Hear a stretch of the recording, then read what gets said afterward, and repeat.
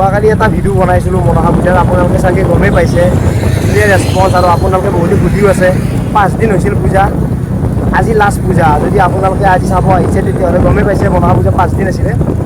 ভিডিঅ'টো আৰম্ভ কৰোঁ। Hello' and welcome back to my YouTube channel JM vlogs. আমি 4জনে গৈ আছোঁ বৰ্তমান মনসা পূজাত শুৱালকুছিত, আৰু ধুনীয়া দেখুৱাই দিম আপোনালোকক। যিহেতু বৰষুণো অলপ দি আছে, গতিকে পূজাখন কেনেকুৱা হয় নাজানো, মানুহ কিন্তু বহুত বেছি হ'ব। গৈ আপোনালোককো দেখাই আছোঁ, ধুনীয়াকৈ গৈ আছোঁ পূজালৈ। ইমানেই বেছি ডাঙৰ বৰষুণ, মানে পূজা চাব এই অৱস্থা, বৰষুণো, পানী, বোকা।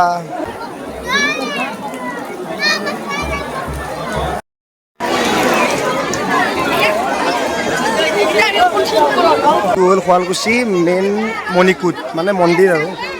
মানুহ কিন্তু বহুত বেছি, কিন্তু বৰষুণ দিছে। আমি আহাৰ অলপমান পিছতে বৰষুণ দিছে, এতিয়া ভিজি অলপমান চাওঁ। বৰষুণত মানুহৰ অৱস্থা একদম কাহিল।